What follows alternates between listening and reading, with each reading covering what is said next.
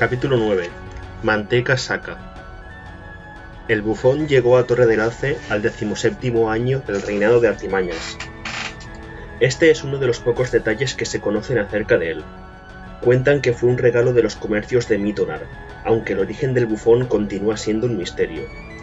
Ha dado pie a diversas historias. En una, el bufón era cautivo de los corsarios de la Vela Roja, rescatado por los comerciantes de Mítonar. En otra, fue encontrado a la deriva en una pequeña balsa siendo aún un bebé, protegido del sol por un parasol de piel de tiburón y tendido en un lecho de plumas y lavanda. Podemos desechar esta suposición por fantasiosa.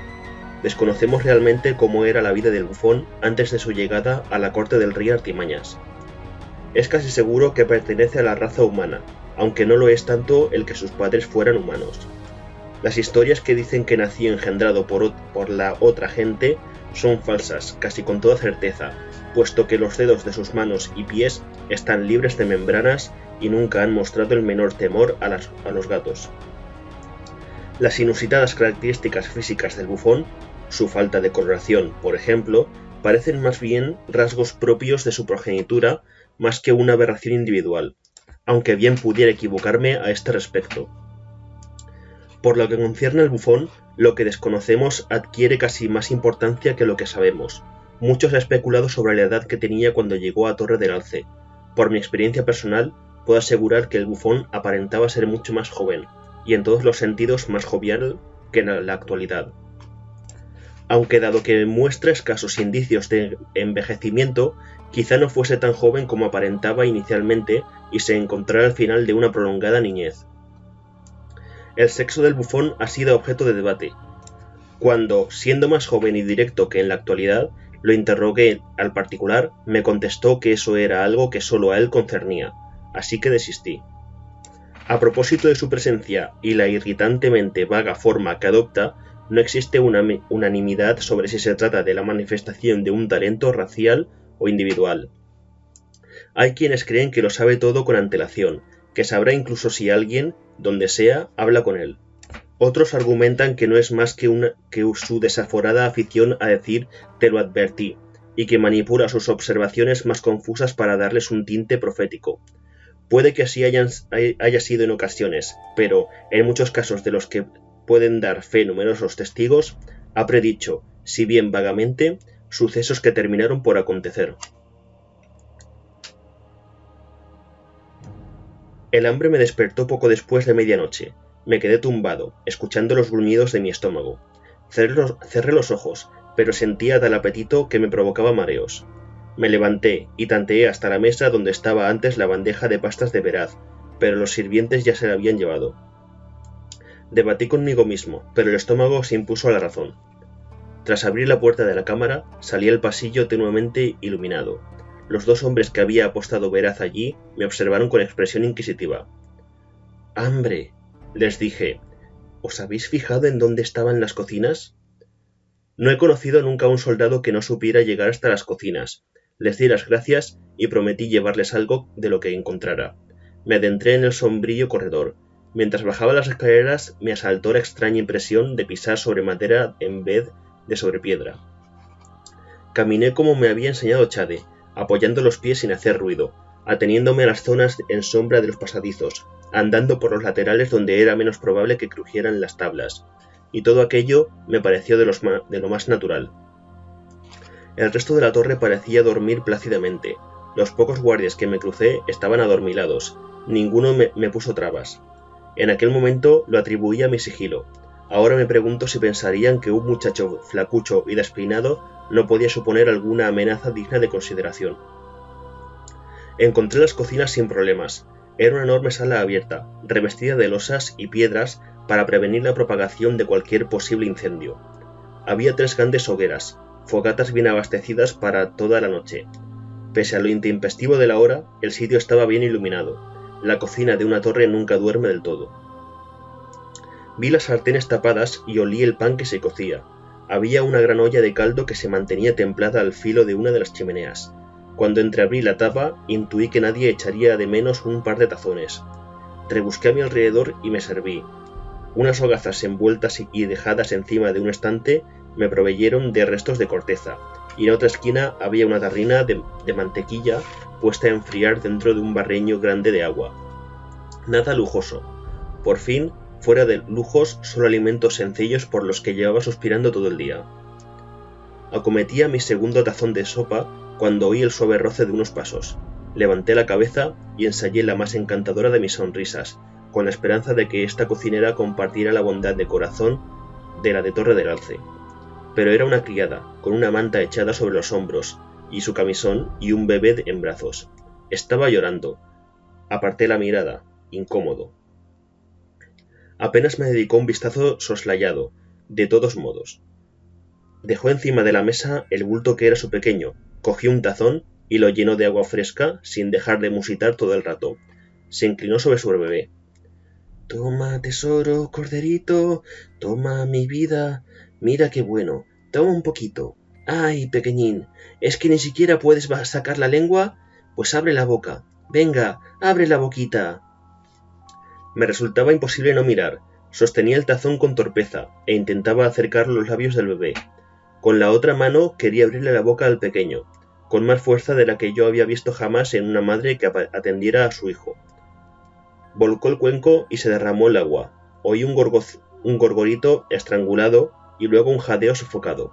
Cuando me levantaba para protestar, asomó del envoltorio la cabeza de un perrito. «¡Ay, que se me atraganta otra vez! ¡Se muere! Mi pequeño gallardón se muere, y a nadie le importa. El pobre no hace más que roncar, no sé qué hacer, y mi tesoro se muere». Abrazó con fuerza al perrito faldero mientras éste boqueaba y jadeaba. Sacudió la cabecita y luego pareció apaciguarse. De no haber podido escuchar su trabajosa respiración, habría jurado que se había muerto en brazos de la joven. Sus ojos oscuros y abultados se cruzaron con los míos, y sentí la fuerza del pánico y el dolor que atosigaban a la bestezuela. «Calma». «Espera, así no», me oí decir. «No la ayudas sujetando tan fuerte. Casi no puede respirar. Suéltalo, sácalo de ahí, que decida él cómo se siente más cómodo. Así envuelto tiene demasiado calor, por eso jadea y se atraganta al mismo tiempo. Pósalo». La muchacha me sacaba una cabeza, y por un momento pensé que tendría que pelear con ella, pero dejó que le arrebatara el bulto de los brazos y lo liberara de las distintas capas de tela. Lo posé encima de la mesa. La bestezuela ofrecía un aspecto lamentable. Se quedó en pie con la cabeza metida entre las patas delanteras. Tenía el hocico y el pecho untados de saliva, el vientre tenso y duro. Empezó a tener arcadas de nuevo. Abrió cuanto pudo las pequeñas fauces, con los labios apartados de sus diminutos dientes afilados. El fuerte color rojo de su lengua atestiguaba cuán violentos eran sus esfuerzos. La muchacha chilló y corrió hacia adelante, intentando cogerlo de nuevo, pero la aparté de un brusco empellón. «No lo toques», le dije impaciente. «Está intentando vomitar algo, pero no lo conseguirá si no dejas de estrujarle las tripas». Se detuvo. «¿Vomitar?» «Se comporta como si tuviera algo alojado en el gaznate. ¿Podría haberse tragado un hueso o alguna pluma?» La joven parecía afligida. «El pescado tenía espinas, pero muy pequeñas». «¿Pescado? ¿Qué idiota le daría pescado? ¿Era fresco o estaba podrido?» Había visto lo enfermo que podía ponerse un perro si le hincaba el diente a un salmón podrido a orillas del río. Si era eso lo que había engullido esa criatura, no tenía ninguna oportunidad. «Era fresco y estaba bien cocinado. Era la misma trucha que cené yo». «Bien, por lo menos no es probable que se intoxique. En estos momentos se trata solo de la espina, pero si termina de tragársela, todavía podría matarlo». La muchacha bloqueó. «No, no puede. No tiene que morir. Se pondrá bien. Es que tiene el estómago revuelto. Le he dado mucho de comer. Se pondrá bien. Además, ¿qué sabrás tú, pinche de cocina?» Vi como Gallardón sufría otro ataque de náuseas. No expulsó nada más que una bilis amarilla. «No soy ningún pinche de cocina. Soy perrero. El perrero de Peraz, por si te interesa saberlo. Y si no ayudamos a este pobre chucho, se morirá. Enseguida». Observó con una mezcla de horror y temor reverencial mientras yo sujetaba firmemente a su mascota. «Intento ayudarte». No me creía. Le abrí la boca y le metí 2 dedos en la garganta. Gallardón jadeó más ferozmente y me arañó frenético con las zarpas delanteras. Habría que cortarle las uñas. Sentí la espina en la yema de los dedos. Giré los dedos y sentí que se movía, pero estaba encajada de lado en la garganta de la criatura. El perro profirió un aullido estrangulado y se debatió histéricamente entre mis brazos. Lo solté. Bueno, le hará falta ayuda para librarse de eso, comenté. Dejé que la muchacha sollozara y lloriqueara sobre su perro. Por lo menos no lo cogió y lo apretujó. Me procuré un puñado de mantequilla del barreño y lo añadí a un cuenco de caldo. Ahora necesitaba algo curvo, como un garfio, pero no demasiado grande. Rebusqué entre los peroles y por fin encontré un gancho de metal con un asa. Seguramente lo utilizaban para levantar las ollas calientes del fuego. Siéntate, pedí a la doncella. Me miró con la boca abierta, antes de sentarse obedientemente en el banco que le había señalado. Ahora sujétalo firmemente entre las rodillas, y no lo sueltes. Da igual que te arañe, que chille o se retuerza, y agarre las patas delanteras para que no me haga trizas mientras tanto. ¿Entendido? La joven inhaló hondo, antes de tragar saliva y asentir. Le corrían lágrimas por la cara. Posé al perro en su regazo y lo puse las manos sobre él. Con fuerza, le dije. Cogí un trocito de mantequilla. Voy a utilizar la grasa como lubricante. Luego tengo que abrirle la boca, enganchar la espina y extraerla. ¿Lista? Asintió. Había dejado de llorar y tenía los labios apretados. Me alegré de ver que tenía algo de coraje. Le devolví el gesto con la cabeza. Esparcir la mantequilla era la parte más fácil. Le obturó el gaznate, no obstante, por lo que el animal se asustó todavía más y puso a prueba mi autocontrol con oleadas de terror. No tuve tiempo para delicadezas, cuando le abrí las fauces a la fuerza y le metí el gancho en la garganta. Esperaba no desgarrarlo por dentro, aunque si lo hacía, en fin, iba a morir de todas formas. Giré el instrumento mientras se debatía, gañía y ensuciaba de orines a su ama. El garfio se enganchó en la espina y tiré, con firmeza y de modo uniforme. Salió envuelta en un cuajo de saliva, bilis y sangre. Era un hueso pequeño, no una espina de pescado, sino un trozo de esternón perteneciente a una ave pequeña. Lo solté encima de la mesa. Tampoco debería comer huesos de pájaro, amonesté a la muchacha. Creo que ni siquiera me oyó. El perrillo resollaba agradecido en su regazo.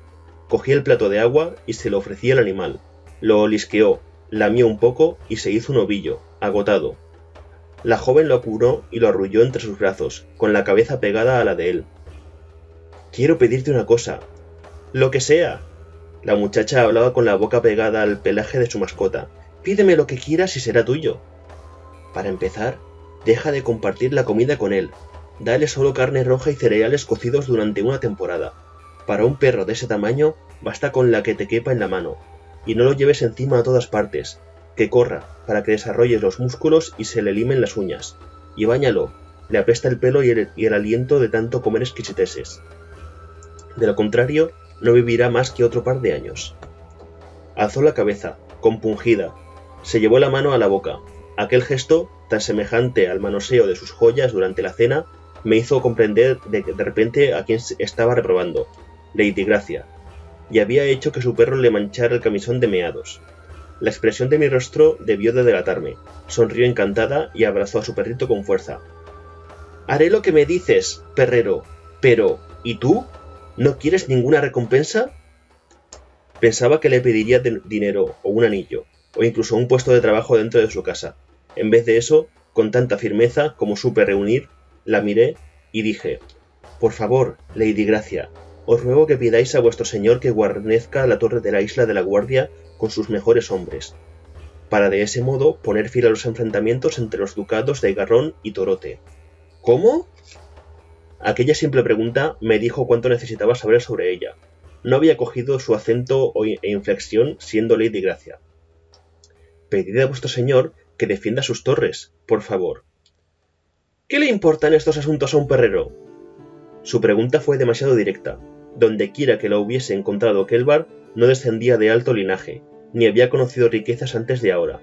Su regocijo cuando la reconocí, la forma en que había llevado a su perro a la familiar comodidad de una cocina, ella sola, envuelta en su manta, todo apuntaba a una chica corriente elevada, demasiado deprisa y demasiado por encima de su antigua posición. Se sentía sola e insegura, y carecía de la educación necesaria para representar el papel que se le exigía. Peor aún, era consciente de su ignorancia, y esa incertidumbre la corroía y teñía sus placeres de miedo. Si no aprendía a comportarse como una duquesa antes de perder su juventud y su belleza, la aguardarían únicamente años de ridículo y aislamiento. Necesitaba un mentor, un maestro secreto, como Chade. Necesitaba el consejo que yo pudiera darle, en ese preciso instante. Pero debía actuar con cautela, pues ella no aceptaría consejos de un perrero. Solo una muchacha corriente haría algo así, y lo único que sabía sobre sí mismo en esos momentos era que había dejado de ser una muchacha corriente para convertirse en duquesa. Tuve un sueño, dije, en un arrebato de inspiración, cristalino, como una visión, o como una advertencia. Me despertó y sentí que debía bajar a la cocina. Dejé que se me extraviara la mirada.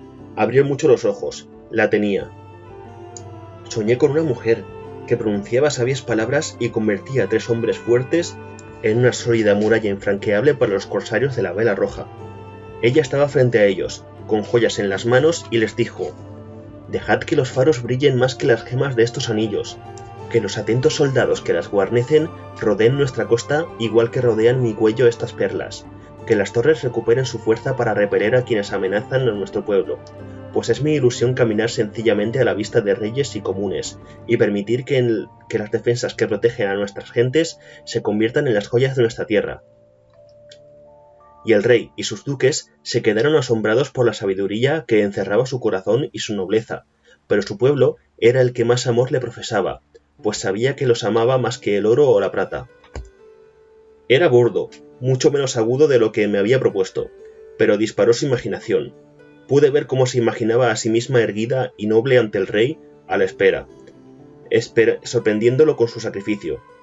Intuí en ella el abrasador deseo de destacar, de ser admirada por las gentes llanas de las que procedía. Quizá en el pasado fuese lechera o ayudante de cocina, y quienes la rodeaban seguían viéndola así. Esto les demostraría que ahora era toda una duquesa y no solo por el nombre. Lord Shemshi y su séquito transmitirían la noticia de su hazaña al ducado de Torote.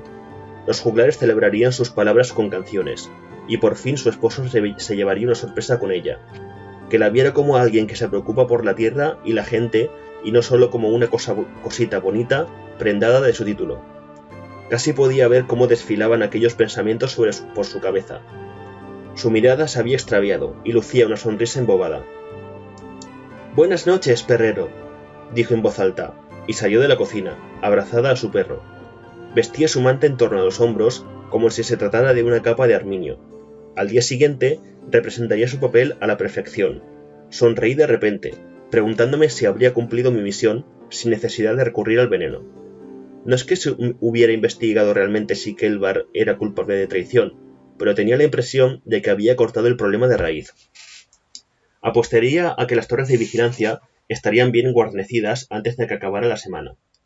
Volví a la cama. Había afanado una hogaza de pan fresco de la cocina y se lo ofrecí a los guardias que me readmitieron en el dormitorio de Veraz. En alguna parte de guardabahía alguien anunciaba la hora a voz en grito. No presté demasiada atención. Me acurruqué de nuevo en mi catre con el estómago lleno y el ánimo expectante ante el espectáculo que ofrecería Lady Gracia al día siguiente. Mientras me amodorraba, aposté conmigo mismo a que la muchacha elegiría un atuendo sencillo y blanco y a que llevaría el pelo suelto. No tuve ocasión de descubrirlo. Parecía que habían transcurrido menos instantes cuando me despertó un zarandeo. Abrí los ojos para encontrar a Charim agazapado a mi lado. La tenue luz de una vela proyectaba sombras alargadas sobre las paredes de la cámara. «¿Qué ocurre?» «¡Chico!». La voz surgió queda en una esquina ensombrecida del cuarto. «¡Chade!», dije, y al instante me sentí más idiota de lo que me gustaría recordar. «No hay tiempo por explicaciones. No te sientas mal, chico.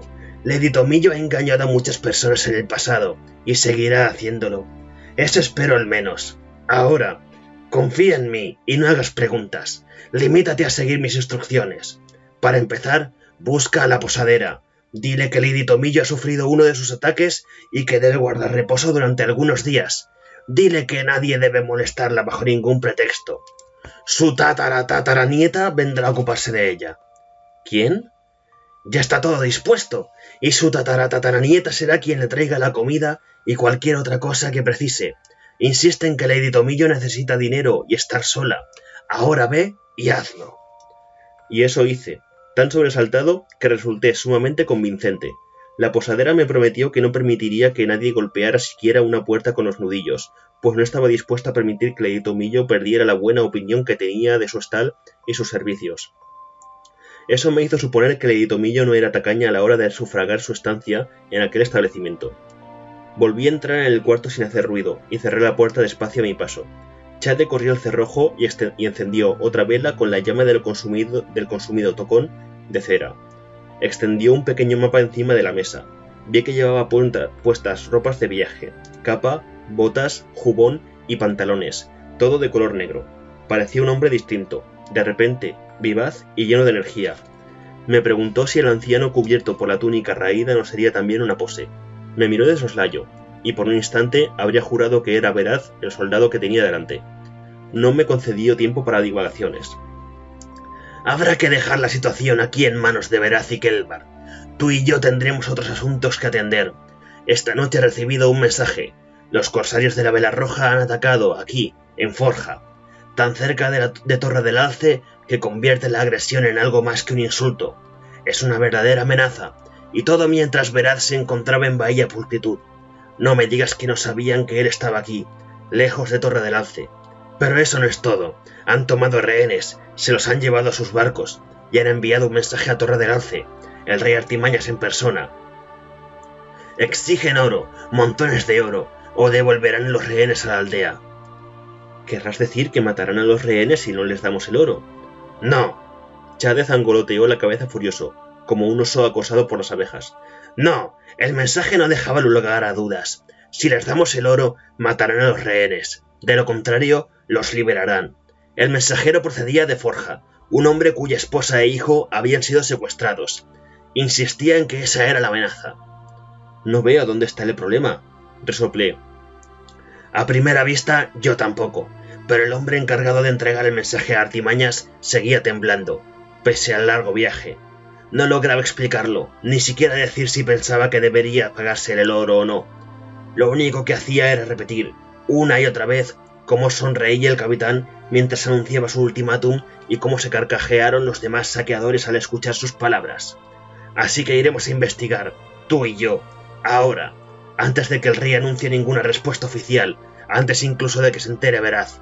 Escucha, esta es la carretera por la que hemos venido.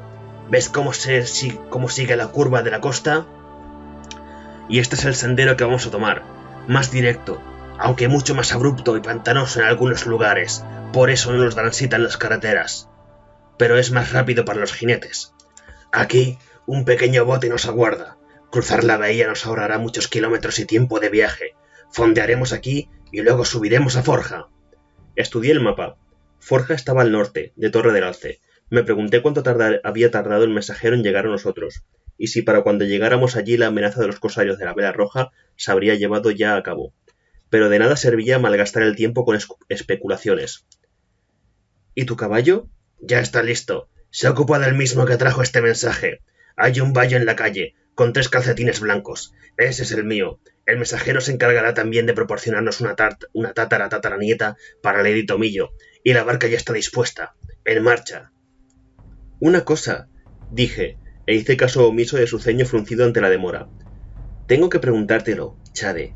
¿Has venido porque no te fiabas de mí? Te debo una disculpa, supongo. No, vine para escuchar en la ciudad, a las mujeres, igual que tú debías escuchar en las torres. Las sombrereras y las vendedoras de botones pueden saber tanto o más que el consejero de un rey, aun sin ser conscientes siquiera de lo que saben. Ya, ¿montamos?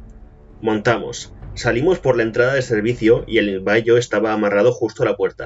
Ollín no parecía sentir demasiada simpatía por él, pero supo comportarse.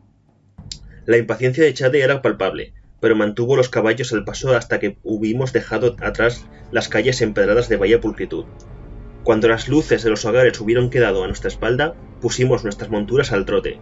Chade indicaba el camino, y me llamó la atención lo bien que montaba, la facilidad con que elegía el camino en la oscuridad. A Ollín no le gustaba viajar deprisa de noche. De no ser por la luna, casi llena, no creo que hubiera logrado persuadirla para mantener el ritmo del bayo.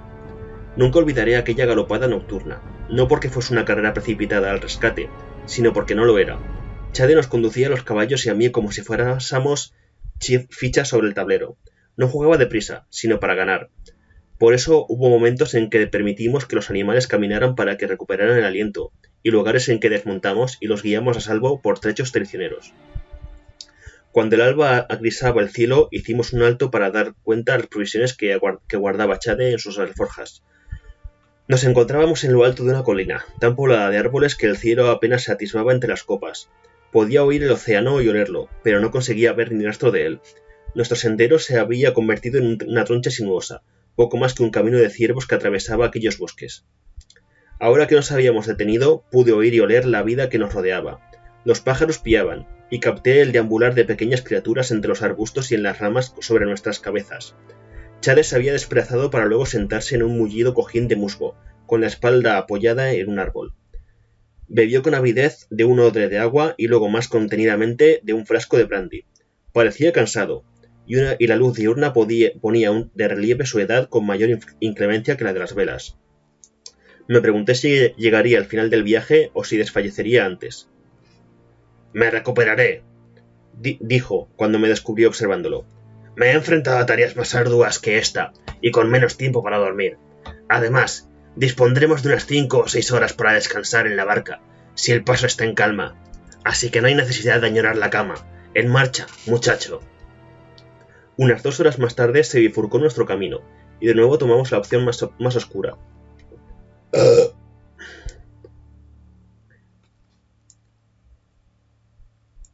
No pasó mucho tiempo antes de que me viera obligado a tenderme sobre el cuello de hollín para eludir el azote de las ramas bajas. El terreno era un fangal, y sufrimos el acoso de hordas de diminutas moscas furiosas que torturaban a los caballos y se colaban entre mis ropas en busca de carne con la que darse un buen banquete. Los enjambres eran tan densos que, cuando por fin reuní el valor necesario para preguntar a Chade si nos habíamos extraviado, a punto estuve de ahogarme con los insectos que se me metieron en la boca. A mediodía salimos a la cara de una colina azotada por el viento en terreno más abierto. Volví a ver el océano. El viento refrescaba los sudorosos caballos y alejaba a los insectos. Suponía un placer inmenso poder sentarse erguido en la silla de nuevo. El sendero era lo bastante ancho como para que Chade y yo cabalgáramos a la par. Las manchas lívidas contrastaban sobre su pálida piel. Parecía más exangüe que el bufón. Tenía los ojos ribeteados de morado. Me descubrió observándolo y arrugó el entrecejo.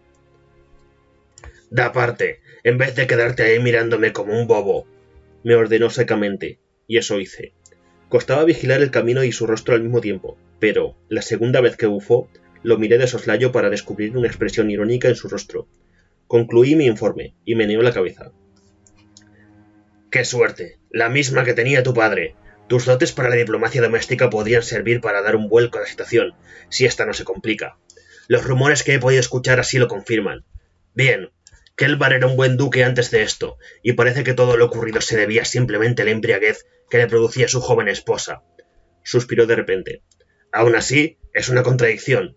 Mandar aquí a Veraz para amonestar a un hombre por desproteger sus torres y que luego el mismo Veraz sufra un saqueo en la ciudad de Torre del Alce. ¡Maldita sea! Hay demasiadas cosas que no sabemos. ¿Cómo consiguieron sortear nuestras torres los corsarios sin ser avistados? ¿Cómo sabían que Veraz estaba en Bahía Pulcritud, lejos de Torre del Alce? ¿O no lo sabían? ¿Sería un golpe de suerte? ¿Qué significa este extraño ultimátum? ¿Se trata de una amenaza o de una burla?» Por un momento cabalgamos en silencio. «Ojalá supieras que pretende hacer artimañas. Cuando me envió el mensajero, aún no me había decidido. A lo mejor llegamos a Forja, y descubrimos que todo se ha solucionado ya. Y ojalá supiera exactamente qué mensaje ha habilitado a Veraz. Cuentan que en el pasado, cuando había más hombres versados en la habilidad, uno podía saber qué pensaba su líder con solo guardar silencio y prestar atención un instante. Aunque quizás eso sea solo una leyenda, la habilidad ya no está tan extendida. Creo que fue el rey generoso quien lo decidió así. Mantén la habilidad más en secreto, más como herramienta de una élite y aumentará su valor. Esa era la lógica de entonces. Nunca he conseguido entenderla. ¿Y si dijeran lo mismo de los buenos arqueros o de los marineros? Con todo, supongo que el aura del misterio podría ensalzar a su líder a los ojos de sus hombres. O tratándose de un hombre con artimañas, por ejemplo, disfrutaría haciendo que sus súbditos se preguntaran si realmente puede descubrir lo que piensan, aunque no pronuncien palabra. Sí, eso complacería artimañas. Claro que sí. Al principio pensé que Chade estaba preocupado, furioso incluso. Nunca lo había visto divagar de ese modo acerca de nada, pero cuando su caballo se asustó por una ardilla que se cruzó en su camino, estuvo a punto de caerse de la silla. Extendí el brazo y sujeté las riendas. ¿Te encuentras bien? ¿Qué sucede? Meneó la cabeza, despacio. Nada. Cuando lleguemos al bote me repondré. Tenemos que seguir. Ya no falta mucho. Su piel pálida se había tornado grisácea y, a cada paso que daba su caballo, se balanceaba en la silla. Descansemos un poco, sugerí. La marea no espera, y descansar no me servirá de nada, preocupado por si nuestra barca se estrella contra las rocas. No, tenemos que seguir adelante. Y añadió, confía en mí, chico. Sé que puedo hacerlo, y no soy tan estúpido como para intentar lo imposible. Así que seguimos. Teníamos pocas opciones, pero cabalgué junto a la cabeza de su caballo donde podría cogerle las riendas si hiciera falta. El sonido del océano cobró fuerza, y el sendero se volvió mucho más empinado. Pronto me vi abriendo el camino en contra de mi voluntad. Salimos de una zona de arbustos a un acantilado que señoreaba sobre una playa de arena. «Gracias, Aeda, están ahí», musitó Chade, a mi espalda, y entonces vi la balsa que estaba casi varada cerca de la punta. Un hombre de guardia nos saludó, y agitó su gorra en el aire. Levanté el brazo para devolverle el saludo. Descendimos patinando más que andando, y Chade subió a bordo de inmediato. Eso me dejó con los caballos. A ninguno le atraía la idea de meterse en el agua, mucho menos de sortear la barandilla baja, y subir a cubierta. Intenté sondearlos, transmitirles mis deseos. Por primera vez en mi vida descubrí que estaba demasiado cansado para conseguirlo. Me faltaba la concentración necesaria, de modo que hicieron falta 3 pares de manos, muchas imprecaciones y 2 fintas mías para lograr subirlos a bordo. Hasta la última porción de cuero y cadevilla con sus arneses se habían salpicado de agua salada. ¿Cómo iba a explicárselo a Burrick? Esa era mi mayor preocupación mientras me acomodaba en la proa y veía cómo los remeros de la arenera doblaban la espalda sobre los remos y nos conducían a aguas más profundas.